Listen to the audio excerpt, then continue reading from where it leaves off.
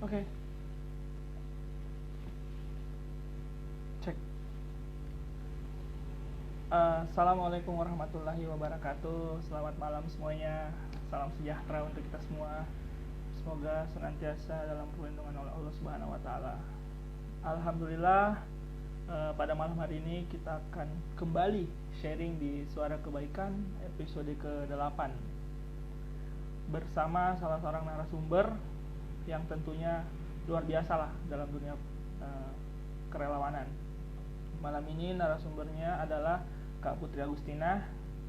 Dia merupakan seorang co-founder dari Indonesia Volunteering Hub, dan malam ini kita akan sharing-sharing tentang dunia kerelawanan bareng beliau dan apa saja suka duka menjadi seorang relawan, serta apa kebanggaan yang muncul bagi seorang relawan.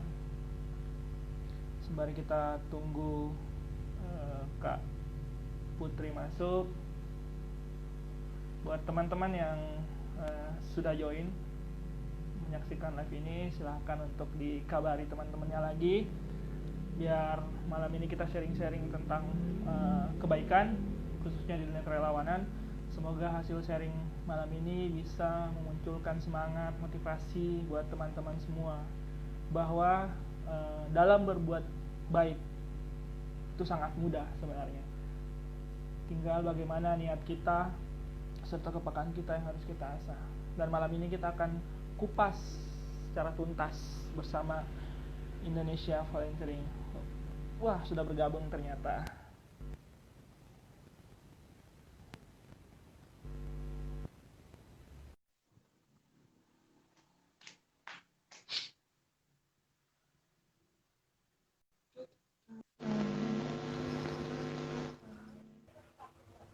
Halo. Halo, Assalamualaikum. Waalaikumsalam warahmatullahi wabarakatuh. Halo Kak Putri. Iya, halo. Ini Fadil ya? Rivaldi.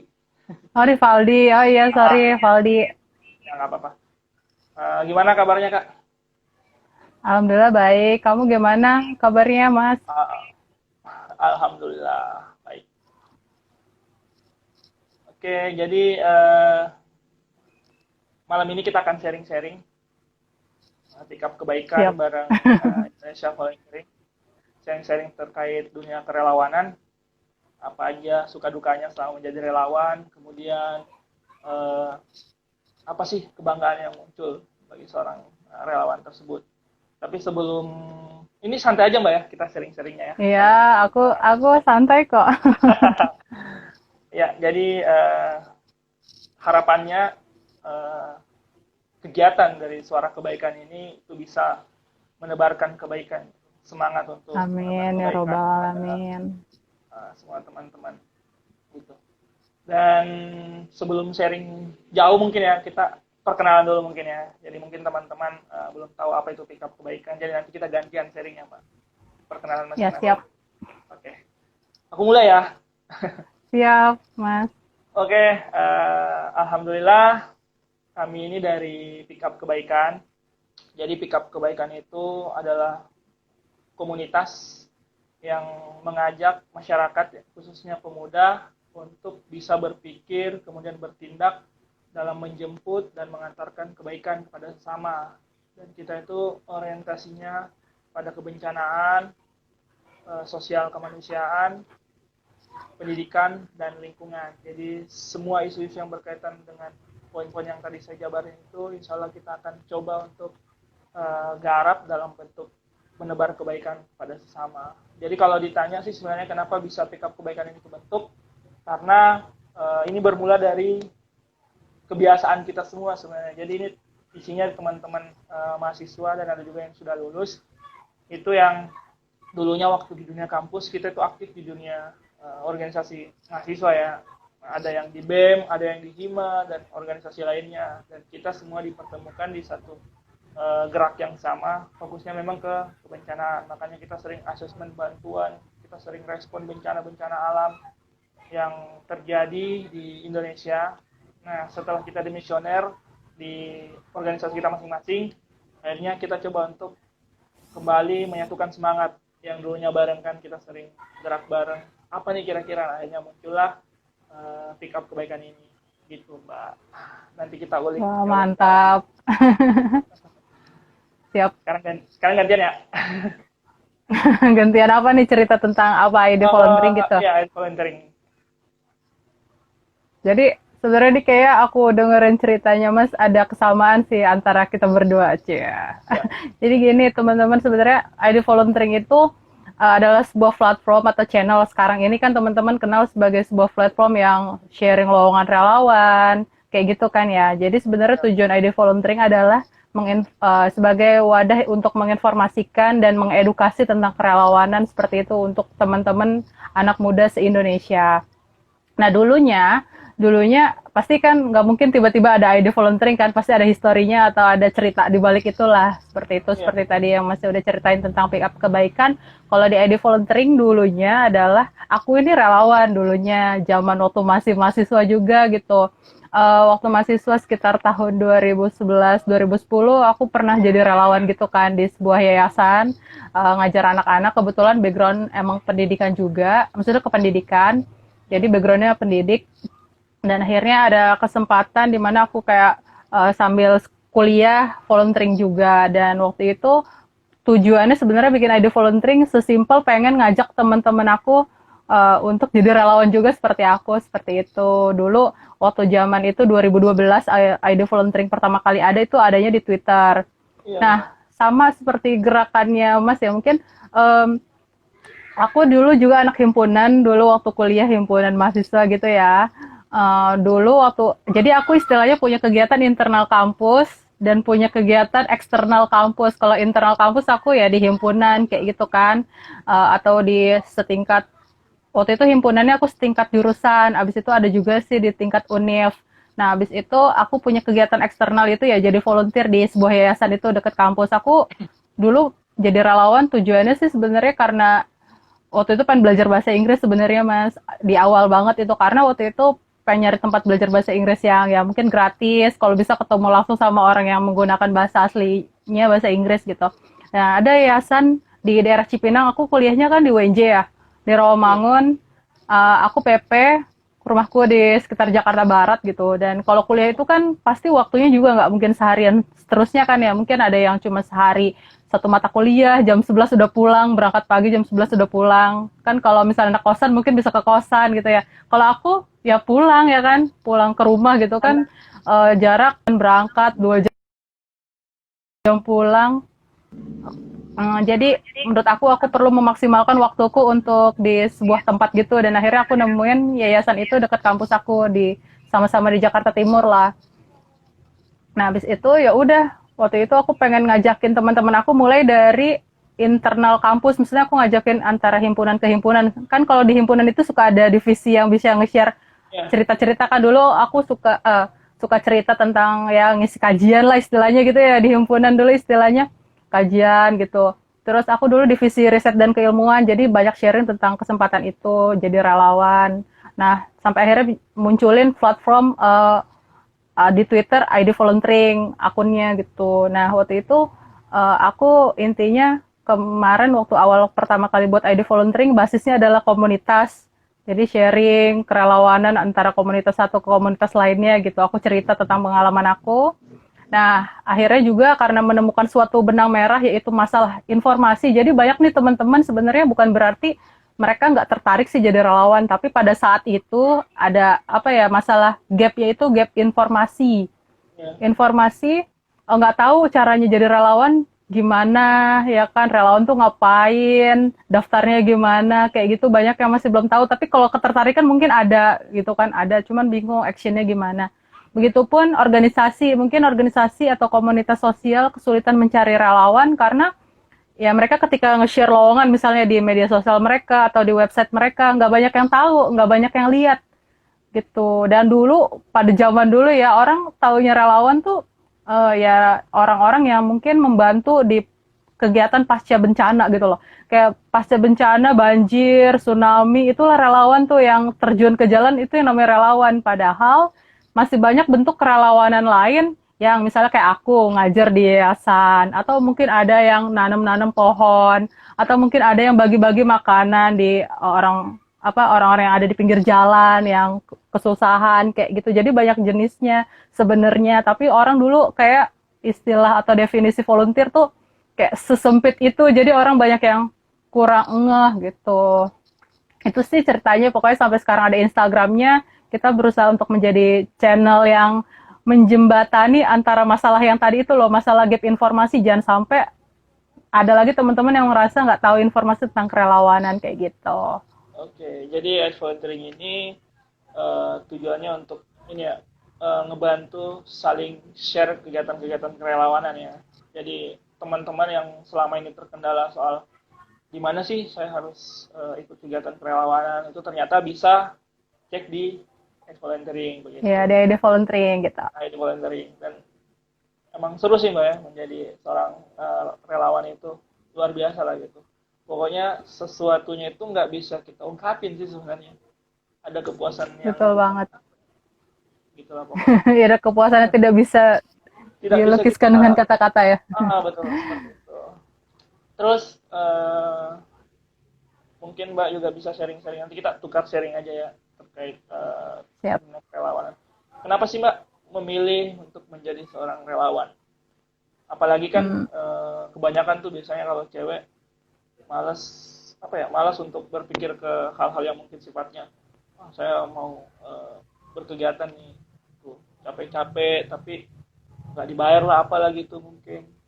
Biasanya kan banyak tuh yang ngeluh kayak gitu. Dan kenapa sih Mbak tetap konsisten untuk memilih jalur relawan sebagai jalan ninjanya?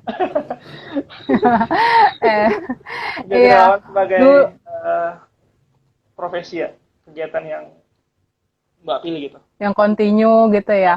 Iya, jadi kalau jadi relawan sebenarnya kalau yang tadi aku sempat ceritain tuh yang aku di yayasan, karena sebenarnya waktu itu pengen belajar bahasa Inggris, niatnya karena pengen belajar, ingin ngembangin diri kan, sesimpel itu sih. Tapi ternyata wadahnya adalah sebuah wadah sosial di mana cara kerjanya adalah cara kerja volunteerism gitu kan, yang tidak dibayar, yang ya komitmen ngajar anak-anak kayak gitu kan. Terus dan aku lama loh di situ, hampir ya 1,5 tahun, itu pun ditinggalin karena terpaksa, karena aku harus PKL dan karena aku harus magang atau ngajar di sekolah selama 6 bulan, jadi nggak bisa lagi melakukan kegiatan volunteering kayak gitu ya.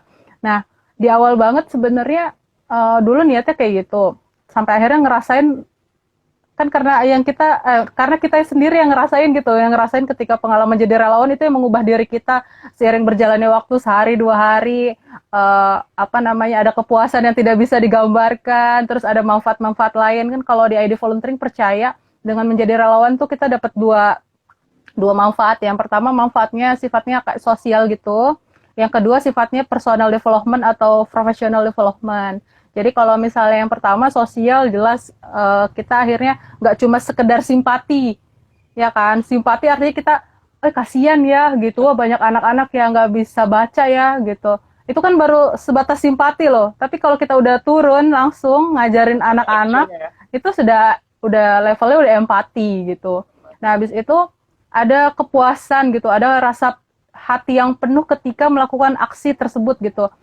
Kayak misalnya aku waktu ngajar di sana, kayaknya kalau misalnya entah karena ada ujian atau karena apapun yang akhirnya aku nggak bisa berangkat, kayak ada yang kurang gitu, kayak pengen ketemu anak-anak gitu, kayak seneng aja bawaannya kalau ketemu anak-anak gitu. Terus ada lagi yaitu kan kita ini adalah agent of change ya. Kalau misalnya tadi kalau anak BEM kan suka bilang gitu, peran mahasiswa 3 Iron Stock, apalagi tuh aku lupa, udah lama nggak jadi mahasiswa, sampai terakhir agent of change ya, social control, terus agent of change. Nah, yang agent of change ini adalah karena kita adalah agen perubahan, katanya kita ingin mengubah sesuatu, jangan cuma hanya komplain. Ya kita melakukan aksi nyata gitu. Dan salah satu caranya yang paling mudah adalah dengan menjadi relawan sih kalau menurut kami di ID Volunteering. Sekarang aku bahasnya bukan cuma diriku sendiri ya, dari versinya ID Volunteering, bahwa mengakui bahwa ya itu manfaatnya sosial kayak gitu. Ada lagi manfaat yang kedua, manfaat personal atau professional development. Jadi kalau mungkin tadi aku ketika di awal mau ngajar itu atau di yayasan itu karena aku pengen belajar bahasa Inggris kan. Artinya apa? Aku ingin ngembangin diriku ngembangin skill yang aku punya gitu. Meskipun bukan diawali dengan niat sosial yang utuh gitu di awal. Nah, kalau misal kayak personal development atau professional development tuh kayak pertama kita kan akhirnya bisa lebih produktif kan. Kayak aku tadi, aku kan nggak pengen tuh kuliah cuma pulang doang, kupu-kupu lah istilahnya ya. Iya. Uh, Waktunya habis di jalan gitu. Padahal masih banyak aktivitas mungkin di internal kampus, di eksternal kampus yang bisa aku explore agar aku menjadi mahasiswa yang lebih produktif. Karena zaman-zamannya mahasiswa tuh zamannya apa ya, belajar banget sih. Kesempatan belajar tuh banyak banget ketika kita berstatus sebagai mahasiswa. Mungkin kalau udah kerja, nah, ya udah ada sesuatu prioritas yang lain gitu ya. Terus Iya. kalau selain itu ada juga kayak kita bisa ngelihat pilihan karir. Apakah mungkin kan kita suka nih dunia sosial gitu. Siapa tahu itu cocok dengan dunia karir kita ke depannya. Dulu juga aku pernah bahkan awal lulus itu aku di 2014 lulus aku pernah di yayasan jadi volunteer, tapi bukan yayasan, namanya sih lembaga HAM nasional gitu, di Komisi Nasional Anti Kekerasan Terhadap Perempuan. Aku di situ pernah jadi volunteer kan awal lulus tuh. Jadi aku kerjaan pertamaku adalah yang sifatnya sosial juga, statusnya volunteer juga tapi paid volunteer sih gitu. Jadi dengan menjadi volunteer aku ngerasain bahwa aku bisa mencicipi beberapa cara kerja baik di NGO ataupun dimanapun yang punya sistem kerelawanan. Aku ngerasa cocok apa enggak untuk karir aku ke depannya. Tapi sebenarnya mungkin aku merasa ya udah, maksudnya nggak jangka panjang. Kalau aku kan sekarang ngajar ya, aku kan ngajar di sekolah. Eh, tapi aku ngerasain pilihan karir waktu itu, mau nggak ya lanjutin terus di dunia NGO atau di dunia HAM atau di dunia sosial kayak gitu. Sempat ada kesempatan seperti itu. Terus ada lagi kita nambah skill kayak misalnya ya kayak tadi bahasa Inggris atau skill public speaking, skill Iya. apapun yang bisa kepake di dunia setelah itu. Maksudnya ketika kita jadi relawan di sebuah tempat, di organisasi atau komunitas, kalau kita dapat kesempatan untuk mendapat job desk yang gimana gitu, akhirnya kita bisa kepake untuk terus-terusnya. Terus ada lagi kayak relasi atau network, ini yang paling berasa banget sih, pasti banyak temennya, teman baru, kenal orang baru kayak gitu kan, dan bisa ngebantuin kita ke depannya untuk perihal apapun yang positif. Nah, ada lagi soal portofolio juga, kayak portofolio mungkin untuk kepentingan di CV misalnya, terus ada juga kepentingan portofolio ada sertifikat atau surat rekomendasi kepentingan beasiswa atau mungkin kepentingan apa. Jadi yang dari kita jadi volunteer, kita bisa ada pengakuan atau misalnya ada apa ya, bukti nyata kerja lah kayak gitu yang bisa berguna untuk kehidupan kita setelah itu gitu. Oke, luar biasa. Jadi kalau Mbak Putri ini kan memulai cerita kerelawanannya itu terjun ke dunia relawan mungkin karena ada wadah ya. Jadi sudah ada Mm-mm. wadah gitu. Kalau saya sendiri ya, itu independen awalnya. Murni karena pada saat itu kampus lagi libur dan saya nggak tahu mau ngapain, itu di 2012 ya. Saya nggak tahu mau ngapain daripada saya libur, dan kebetulan ternyata pada saat itu lagi ada bencana nasional, erupsi Gunung Sinabung di Medan. Hmm. Itu saya nonton beritanya itu sore, kemudian saya iseng-iseng cek-cek tiket pesawat ke Medan. Kebetulan penasaran juga, soalnya pengen nyobain bandara baru di sana, Kuala Namu, yang katanya keren Hmm. banget ya. Nah. Kemudian malamnya itu saya putuskan untuk beli tiket lalu berangkat ke sana. Saya ajak teman saya banyak pertama, tapi ternyata mereka nggak bisa dari segi waktu, akhirnya saya berdua untuk berangkat ke sana. Jadi apa ya, Wah. ketidaksengajaan gitu, iseng-iseng tanpa kenal siapapun di sana. Kemudian saya coba untuk beli tiketnya, berangkatlah tuh di ruang tunggu. Kemudian di ruang tunggu baru saya cari-cari. Yang saya cari posko utama di sana, media centernya di penanganan erupsi Sinabung. Kemudian setelah itu saya ketemu tuh sama yang namanya Mercy, Medical Emergency Rescue Committee cabang Oh Medan. iya iya ada.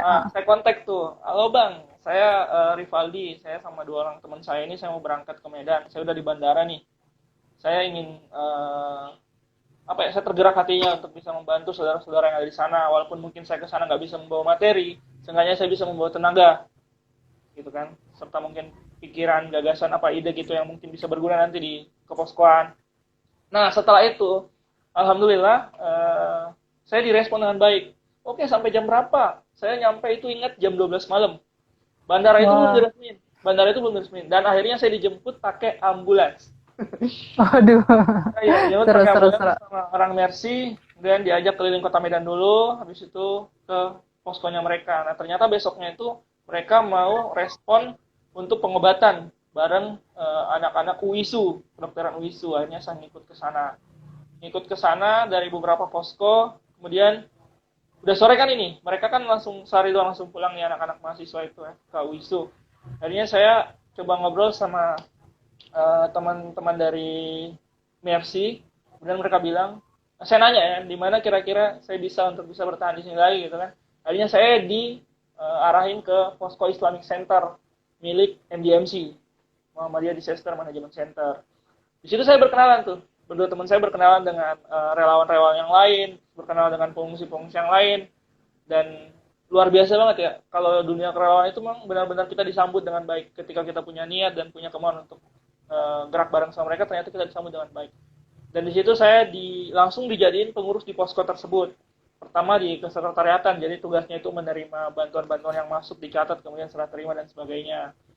Akhirnya lama-lama ngisi ke psikososial anak, kemudian bantu anak-anak, hiburan dan lain sebagainya.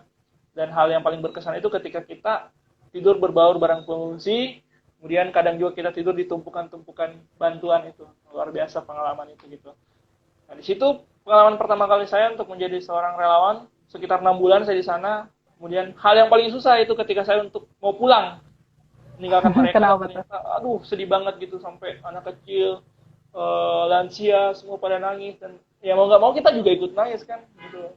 Begitu Iya. begitu menderitanya mereka dari bencana yang terjadi ini. Anak-anaknya susah untuk sekolah, trauma, akhirnya kita coba bantu untuk eh, trauma healing, kemudian kita bantu antar pulang pergi sekolah, dan luar biasa lah pokoknya. Dan di situ saya merasa, wah kayaknya saya pas nih di dunia relawan ini. Akhirnya setelah dari situ saya coba untuk bergabung di salah satu lembaga penanggulangan bencana, dan akhirnya di BEM juga sempat jadi presiden mahasiswa. Setelah itu kita fokuskan ke pengabdian terhadap masyarakat ya. Akhirnya di setiap ada kebencanaan kita coba untuk respon, memberikan bantuan. Kemarin ke mana, Palu, tsunami Palu, kemudian gempa Jogja, banjir banjir di Gunung Kidul, kemudian longsor Pacitan sampai erupsi di Gunung Agung. Jadi kita ada perjalanan tuh selama seminggu, namanya Jopali, Jogja, Pacitan, Bali. Kita selama seminggu tuh kita asesmen bantuan ke sana, dan luar biasa pengalaman yang kita dapat di bertemu dengan relawan-relawan yang lain, bertemu dengan orang-orang yang terdampak bencana. Luar biasa itu, apa ya, sedih gitu kayaknya. Mereka aja yang dalam keadaan seperti itu masih bisa untuk bahagia walaupun memang ada bencana yang menyelimuti mereka. Bagaimana dengan kita kan? Nah, itu yang membuat saya untuk semakin cinta sama dunia relawan. Seperti itu, Mbak. Mantap. Wah, ini masih mantan itu ya, mantan ketua BEM ya. Iya. Nah, setelah itu akhirnya saya ajak teman-teman saya, udah kita bikin pick up kebaikan. Kita coba skalanya lokal dulu kan. Bekasi, Jabodetabek dulu. Setelah itu mungkin ketika kita bisa mengepakkan sayap untuk memberi kebaikan-kebaikan di daerah lain, kenapa tidak? Nah, inilah gunanya yang Mbak tadi bilang, link relasi yang kita bisa bangun. Seperti itu, Pak. Iya, mantap. Berarti diawali dengan kebencanaan ya. Iya, Tapi di situ pasti ada banyak juga aktivitas yang ngajar anak-anak juga pasti iya. ada, trauma Yang pendidikan, healing, segala macam, santunan, donasi atau kesehatan, sembako gitu-gitu ya, logistik ya. logistik. Pokoknya seru lah, sampai masalah-masalah yang tidak harusnya ada di saat situasi bencana itu terjadi gitu. Sampai ada momen satu saat di pengungsian Sinabung itu, saya sama teman-teman relawan yang lain menikahkan pengungsi yang satu posko tapi dari kampung yang berbeda. Kita nikahin. Saksinya itu hari Kak Seto, kebetulan Kak Seto Mulyadi datang, akhirnya kita nikahin. Dan luar biasa lah pokoknya. Iya, Banyak pasti lagi. banyak cerita ya. Banyak kesan lah selama kita melakukan kegiatan kerelawanan gitu. Betul banget. Tadi kalau misalnya nanya aku tentang perempuan, ya jadi perempuan ya bisa-bisa aja jadi volunteer gitu. Emang kenapa tidak? Ya ada juga perempuan yang mungkin sama seperti Masih yang rela-rela mau ke mana sebuah daerah yang lain gitu untuk ngebantuin. Kalau dia tergerak hatinya, dia ya nggak, sebenarnya kalau dia mau ya why not gitu. Kenapa nggak jalan aja meskipun dia perempuan.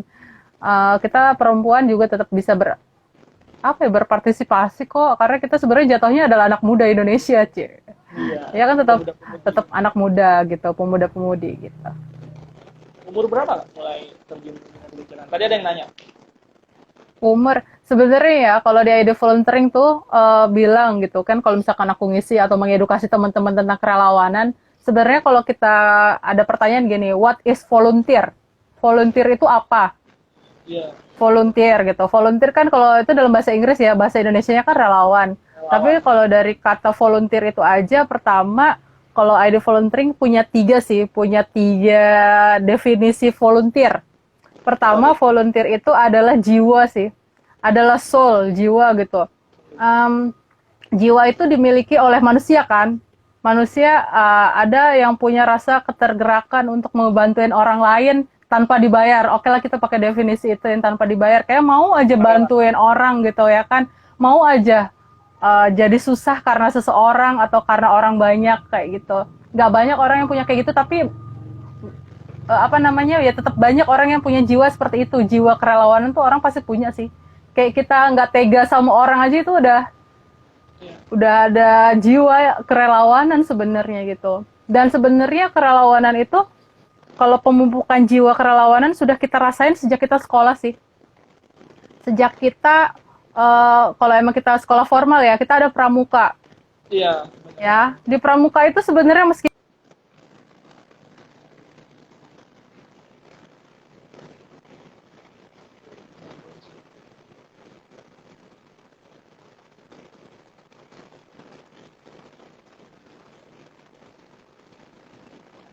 Iya.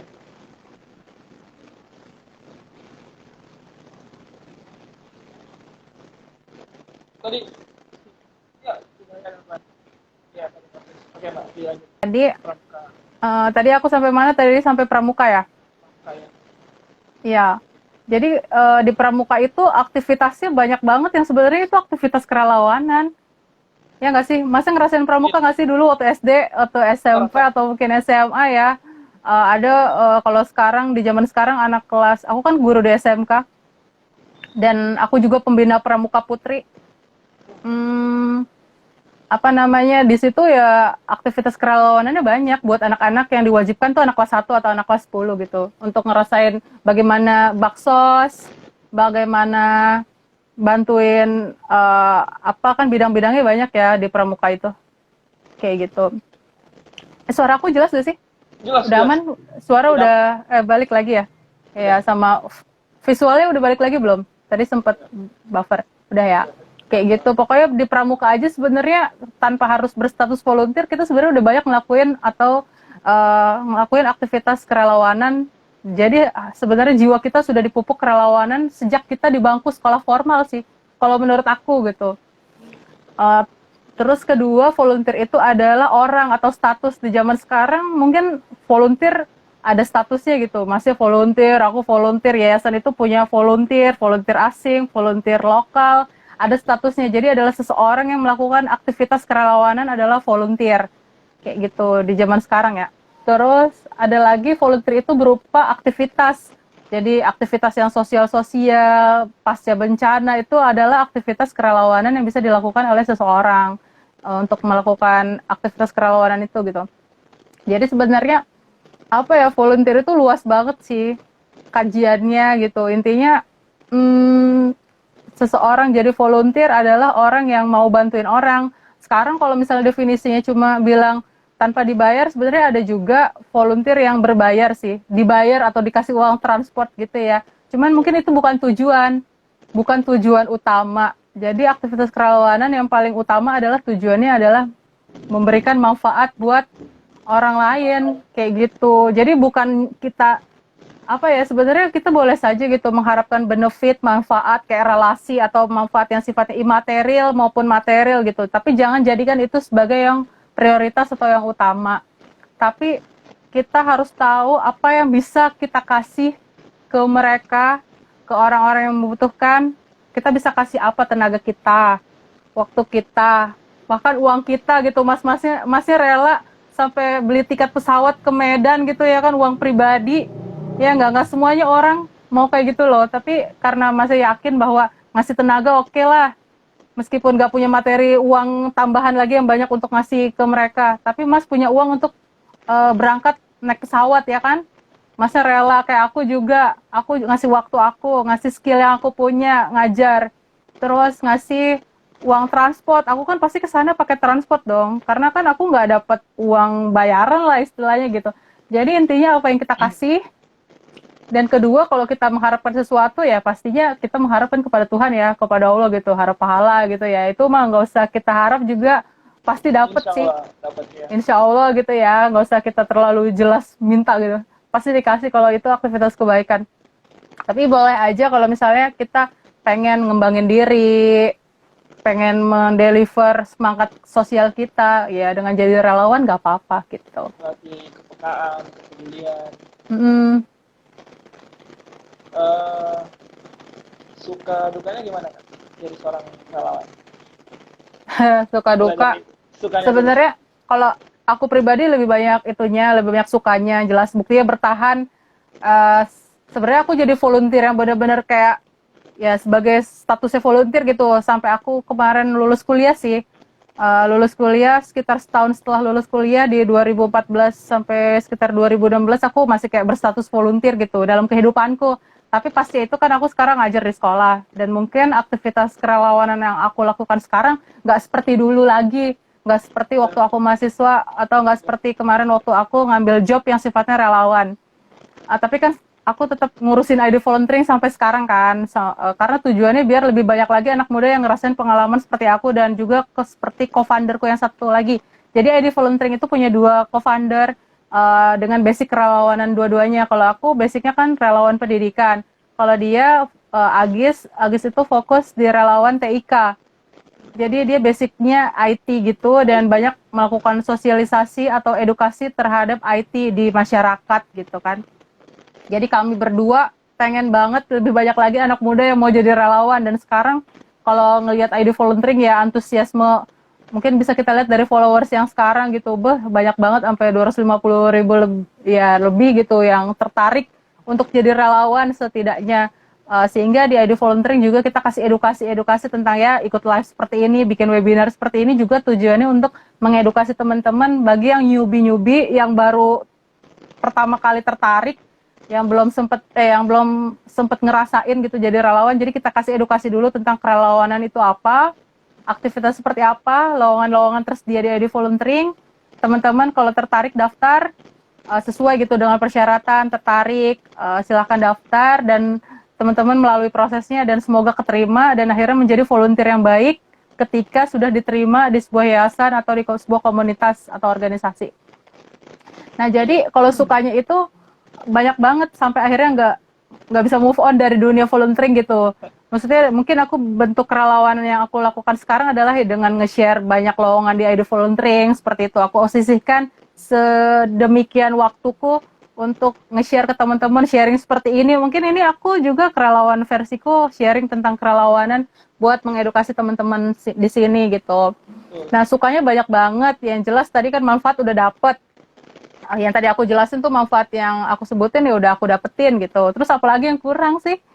Menurut aku udah cukup gitu. Nah itu sukanya. Kalau dukanya ya namanya kita namanya jadi volunteer pasti ada dinamika sosial kan karena kita masuk ke sebuah wadah baru ya nggak sih? Karena kan kita tujuan jadi volunteer apa sih?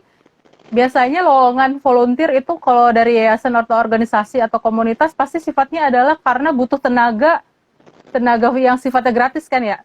Biasanya gini, ngajar anak-anak di sekolah gitu, di sekolah non formal. Jadi nggak bisa bayar gurunya kan, tapi bikin sekolah-sekolah tambahan kayak aku kemarin ngajarnya matematika, bahasa Inggris sama komputer. Itu non formal kayak anak-anak belajarnya sore kayak gitu kan. Nah karena kemungkinan besar dia nggak bisa kan bayar guru, tapi butuhnya volunteer sehingga ngajar di situ, bisa ngajarin anak-anak di situ. Artinya yayasan atau organisasi atau komunitas membutuhkan sosok volunteer untuk membantu kerja-kerja untuk mencapai tujuan organisasi mereka. Berarti mereka punya kesulitan. Mereka butuh kita gitu sebagai oase yang ngebantuin mereka. Artinya kita akan masuk ke sebuah wadah yang di situ ada kesulitan.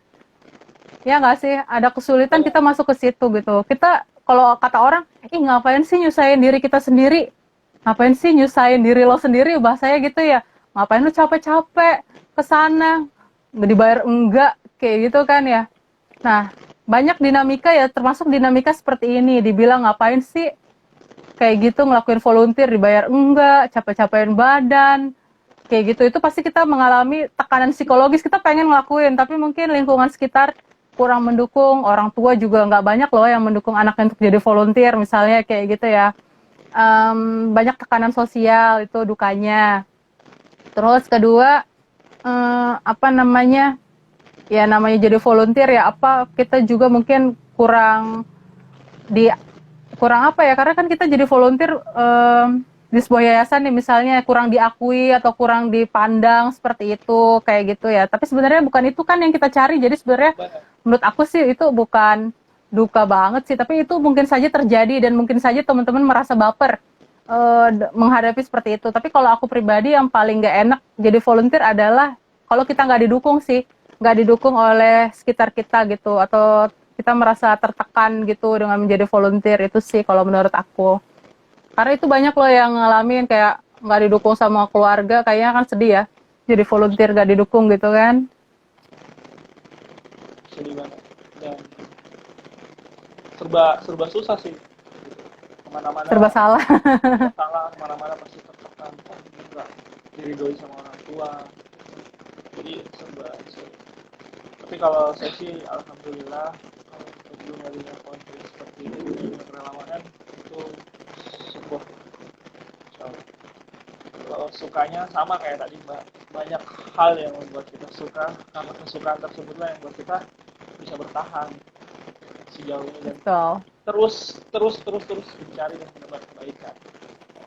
Tapi kalau duka sih saya yang paling benar-benar membekas di hati dan teringat sampai sekarang itu di awal saya jadi seorang volunteer, itu di erupsi Sinabung di tanggal 2 Februari 2014. Itu erupsi besar-besaran yang kalau nggak salah sempat live di TV, yang awan panas ngejar wartawan Metro TV ya kalau nggak salah ya. Nah di situ salah satu teman saya di posko itu menjadi korban sapuan awan panas. Dan baru beberapa kali ketemu dengan beliau, dan ternyata beliau juga warga sana, anak kampung sana kan menjadi korban dari keganasan awan panas. Itu mungkin yang membekas terus. Ini baru awal jadi relawan, kemudian dikasih perlihatkan kejadian seperti itu, pasti akan menjadi trauma. Tapi alhamdulillah bisa melawan trauma itu dengan memperbanyak kegiatan-kegiatan volunteering lainnya, bertemu dengan relawan-relawan lain, bertemu dengan orang-orang yang kita bantu, dan itu ternyata bisa memberikan kebahagiaan. Selain relasi, selain link, ternyata itu bisa memberikan kebahagiaan. Jadi komplit sebenarnya menjadi seorang relawan. Tadi banyak yang bilang manfaatnya apa? Manfaatnya kita mungkin nggak bisa jelasin ya. Kalau mau tahu manfaatnya, terjun ke dunia relawan, yang tahu sendiri manfaatnya seperti apa. Ya enggak? Oke, terus banyak nih pertanyaan tadi. Ada nih, aku juga sering Kak tadi dukung sama keluarga, tapi aku bangkit dan yakin mereka. Kini aku didukung menjadi relawan itu karena banyak hal yang bisa kita dapat. Pengalaman adalah Suara siapa yang kecil? Ada yang bilang tuh, Kak suaranya kecil jadi kurang jelas. Suara Putri atau suara hostnya nih? Suara Putri apa Putra? Ini Kak, hal utama yang dibutuhkan jadi pioner volunteer di daerah sendiri apa sih Kak? Nah, ya, coba iya. Ini yang suka aku kasih tahu sih ke teman-teman ya. Jadi gini, banyak kan kalau di sekarang nih ya, lowongan volunteer tuh udah kayak lowongan kerja. Lowongan butuhnya 10, yang ngelamar 100 bahkan 100 lagi. Iya. 1000-an. Banyak banget, jadi udah kayak lowongan kerja. Oh, suara. Udah Halo, suara tadi, aku katanya kecil. iya udah jelas kayaknya Kalau suara kakak semuanya. Oke, lanjut kak. iya. Jadi apa Oke. namanya? Kalau di aku banyak yang sering curhat di ID volunteering ya, sering curhat kalau misalnya, "Kak, aku kok nggak keterima-keterima jadi relawan, Kak?" Ya karena tadi itu, ternyata di balik sebuah lowongan jadi relawan sekarang ada kompetisi ya, namanya mereka pasti mencari kandidat karena banyak pilihan ya yang ngelamar gitu kan. Kata aku, kenapa nggak mulai dari lingkungan sekitar aja, baik kamu sebagai volunteer di lingkungan terdekat, mungkin kalau kayak di sekolah di OSIS atau mungkin di BEM di lingkungan kampus misalnya, itu kan lingkungan kita yang paling dekat. Nah, kalau nggak bisa juga, kenapa nggak kamu yang mulai menjadi leader, mulai membuat gerakan seperti itu. Ya, aku suka bilang gitu. Tadi makanya pertanyaannya kan menjadi pionir volunteer di lingkungannya sendiri. Iya. Bagaimana kita akhirnya memutuskan untuk membuat gerakan lah, istilahnya seperti itu ya. Kan sebenarnya gerakan nggak mesti harus langsung besar kok. Yang Benar. kecil-kecil aja dulu. Tapi yang pertama adalah kita harus tahu apa ya, objektif dari apa yang mau kita buat. Apakah kegiatan yang mau kita buat itu ngebantu sisi yang mana. Jadi sesuai sama kebutuhan masyarakat pertama. Kita lihat misalnya di sekitar kamu ternyata banyak orang-orang yang buta huruf. Berarti kan itu kebutuhannya adalah pendidikan kan. Banyak di sekitar kamu ada penebangan pohon secara liar, berarti Iya. harus ada reboisasi kan. Jadi itulah yang kita ketahui pertama, apa kebutuhan yang dibutuhkan oleh masyarakat. Kedua, kalau emang belum mampu sendirian untuk melakukan sebuah gerakan, lagi juga bikin sendirian itu nggak enak sih. Kayak aku aja bikin ID volunteering, aku ngajak temenku gitu. Jadi carilah partner. Partner itu bisa dari siapa, orang terdekat dulu, sahabat atau siapa, akhirnya kalian punya kerisauan yang sama, keresahan yang sama, akhirnya mau sama-sama gerak.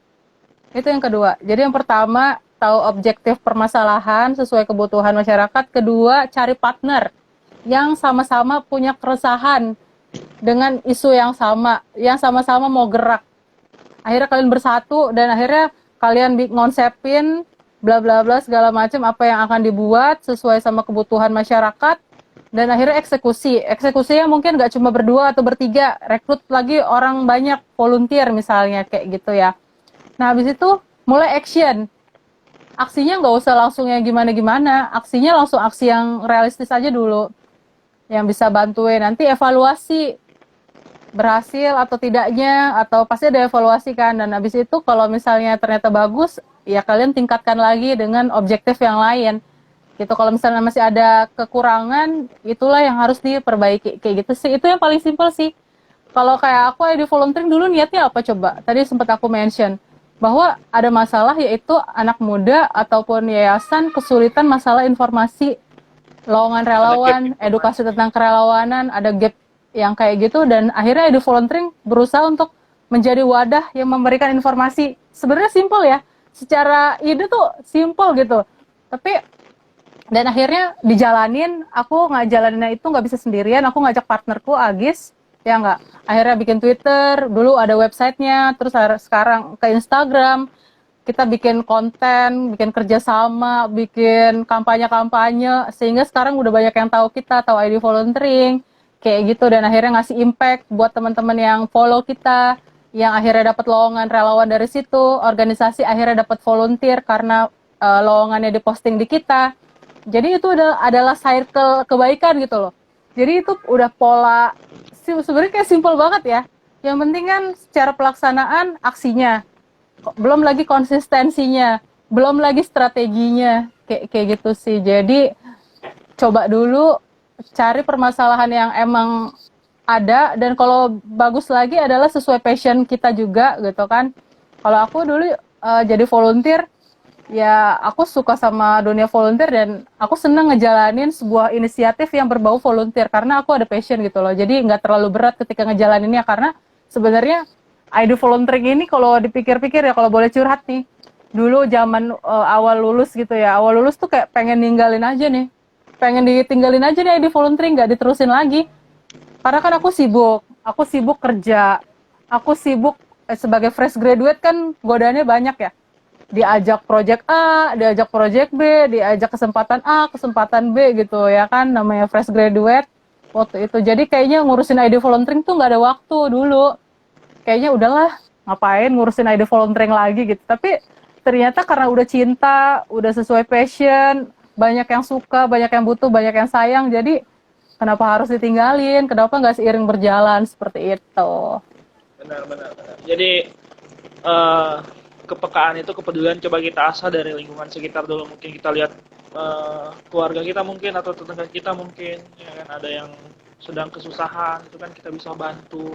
Tadi saya sepakat dengan salah satu komen bahwa nih udah lebih dari 20 tahun jadi seorang relawan dan sampai sekarang masih menjadi Wah, relawan, mantap. bahkan di sela-sela kerjaan rutin. Luar biasa ini karena memang kalau udah passionnya ke sana, kalau panggilan jiwanya udah ke situ, pasti selalu ada jalan. Setiap kebaikan yang kita akan lakukan pasti akan selalu ada jalan.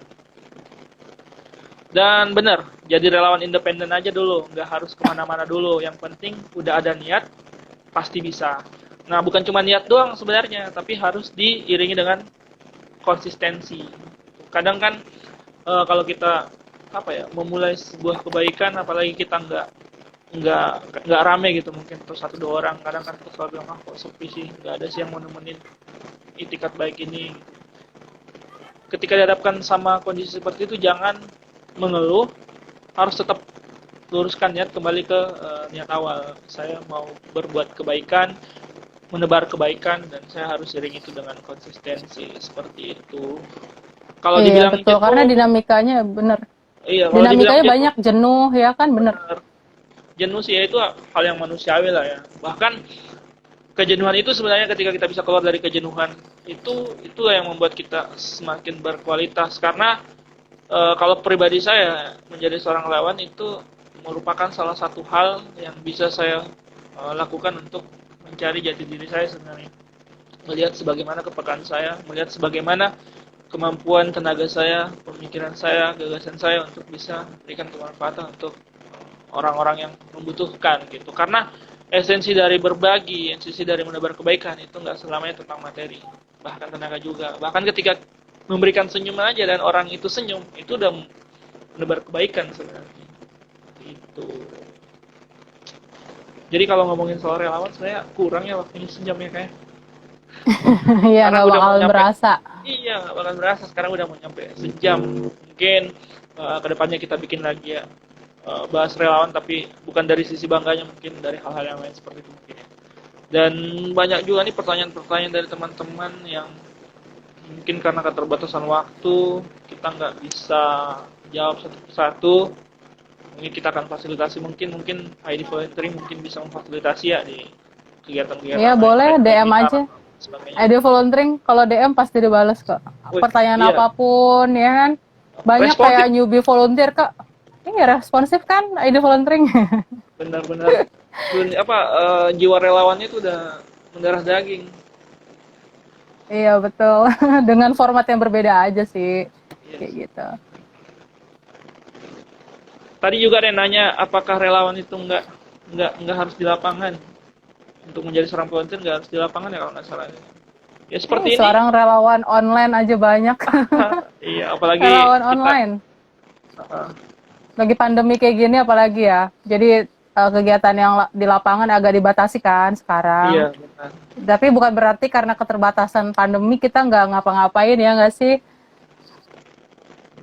Benar. Kita alihkan ke online juga bisa sebenarnya. Kalau kita sih di Aku Pickup juga Kebaikan, dulu ya. apa? Kalau Ngapain? kita sih di Pickup Kebaikan Kalau kemarin sempat terjun ke lapangan juga sesuai dengan protokol kesehatan yang pastinya, berbagi ke masyarakat. Dan insya Allah nanti tanggal 4 Juli ini kita akan berbagi lagi di Kampung Bumulung Gasong, TPU Menteng Pulo. Nah, selain kita terjun ke lapangan, kita juga adain kegiatan-kegiatan seperti ini, Suara Kebaikan. Dan ini udah episode ke-8, Kak. Jadi kita coba lihat perspektif kebaikan, kerelawanan dari berbagai sudut pandang, ada yang dari musisi, aktor dan sebagainya, itu udah di episode-episode sebelumnya. Jadi kalau buat netizen yang mau lihat, bisa dilihat di IGTV kami. Jadi nanti juga ini Kak, kita akan share di IGTV. Boleh ya? Oke. Oh, siap, siap. Berhubung karena durasi mungkin ya Kak. Oh, udah ada notif Eh, ya? ah, mungkin sebelum diakhiri, saya mau closing statement dari Kak Putri tentang bagaimana sih seharusnya kita pemuda ya, khususnya pemuda nih, agar bisa bermanfaat untuk dirinya sendiri, lingkungan, bahkan untuk bangsa dan negaranya. Dari segi kerelawanan, khususnya hal-hal yang baik lah. Gitu. Silakan Kak. Halo? Kak? Iya teman-teman, Ya. jadi teman-teman kita ini anak muda. Bung Karno bilang, beri aku berapa pemuda, maka akan kuguncang dunia, ya kan? Anak Ya. muda itu di pundaknya itu apa ya, banyak, ada ototnya, ada tenaganya yang berguna buat masyarakat gitu. Jadi kalau aku sih di volunteering ngerasa sayang kalau misalnya anak muda nggak melakukan apa-apa, anak muda apatis, anak muda malah terjerumus kepada kegiatan yang kurang produktif atau bahkan yang negatif gitu. Jadi sebaiknya adalah menjadi volunteer. Itu cara yang paling simple banget, sederhana banget. Dengan teman-teman jadi relawan, biasanya aktivitas yang tadinya nongkrong-nongkrong gak jelas, yang tadinya mungkin mungkin gimana gitu ya, kurang produktif, akhirnya bisa tersalurkan dengan lebih produktif dan lebih bermanfaat ke masyarakat gitu. Jadi teman-teman rasain sekali aja jadi volunteer, biasanya akan ketagihan sih. Tanpa harus kita ayo jadi volunteer terus-terusan, biasanya akan ketagihan sendiri biasanya. Tapi jangan sampai setidaknya dalam sekali di umur kita nggak pernah ngerasain jadi volunteer. Kalau saran aku sih gitu. Jadi saya juga tertarik sama kutipan ID Volunteering kalau salah. Tidak perlu memiliki kekuatan super untuk menjadi superhero. Jadi volunteer Oh, aja. yang itu. Iya, jadi volunteer bener-bener hal yang paling simpel sih, yang bisa teman-teman lakuin dan realistis. Dan semua Gitu, orang bisa untuk melakukan. bisa kontribusi. Ya, untuk bisa kontribusi di masyarakat, di lingkungan kita buat Indonesia. Itu kalau misalnya kita bilang katanya anak muda adalah agent of change, kita adalah generasi penerus bangsa, kita adalah orang-orang yang harusnya terlibat dalam penyelesaian masalah di masyarakat kita, ya itu caranya paling gampang jadi volunteer, teman-teman. Gitu. Dan pasti tagihan jadi orang. Iya, betul. Oke. Jadi mungkin cukup ya Kak ya untuk Ya, makasih banget Pick Up Kebaikan udah ngajak sharing santai. Ya, sorry bisanya malam ya. iya nggak apa-apa. Memang kita seringnya malam. Iya, kalau hari kerja, ini kan hari kerja, jadi malam. Oke, nanti mungkin buat teman-teman yang belum sempat terjawab pertanyaannya bisa DM ke kami atau DM ke Kak Putri atau DM ke ID dari salah akan dijawab sebisa kami di Bikap Kebaikan. Kalau untuk yang lebih lengkapnya lagi mungkin bisa ke Putri. Oke Kak, Siap. Kasih banyak ya Pick Up ya, Kebaikan, semoga terima sukses kasih. terus Amin. aktivitasnya, gerakannya. Oke, terima kasih buat Kak Putri sudah mau berbagi sharing ilmunya buat kami malam ini. Ya. Semoga ID Volunteering juga semakin jaya, terus menebar kebaikan, terus mengajak orang-orang untuk berbuat baik. Intinya panjang umur kebaikan. Amin. Makasih teman-teman atas waktunya, atas kesempatannya, dan atas pertanyaan-pertanyaannya tuh keren-keren banget sebenarnya karena keterbatasan waktu. Jadi nanti nanyanya langsung DM aja ya, atau ke Pick Up Kebaikan juga. Ke ID Volunteering juga Mungkin, boleh. atau Oke, mungkin makasih nanti kita bikin. teman-teman. Oke, terima kasih. Siap. Ya, Oke, Assalamualaikum warahmatullahi wabarakatuh. waalaikumsalam Aku pamit warahmatullahi ya. wabarakatuh. Siap.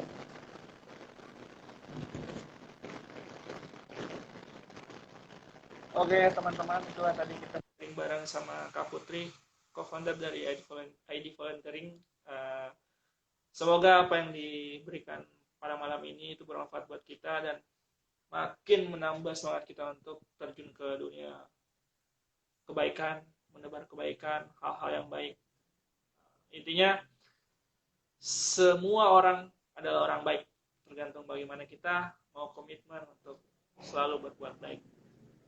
Sekian dari saya, Pick Up Kebaikan. Nantikan suara kebaikan di episode selanjutnya dan jangan lupa follow akun kami di Pick Up Kebaikan. Terima kasih. Assalamualaikum warahmatullahi wabarakatuh. Panjang umur kebaikan.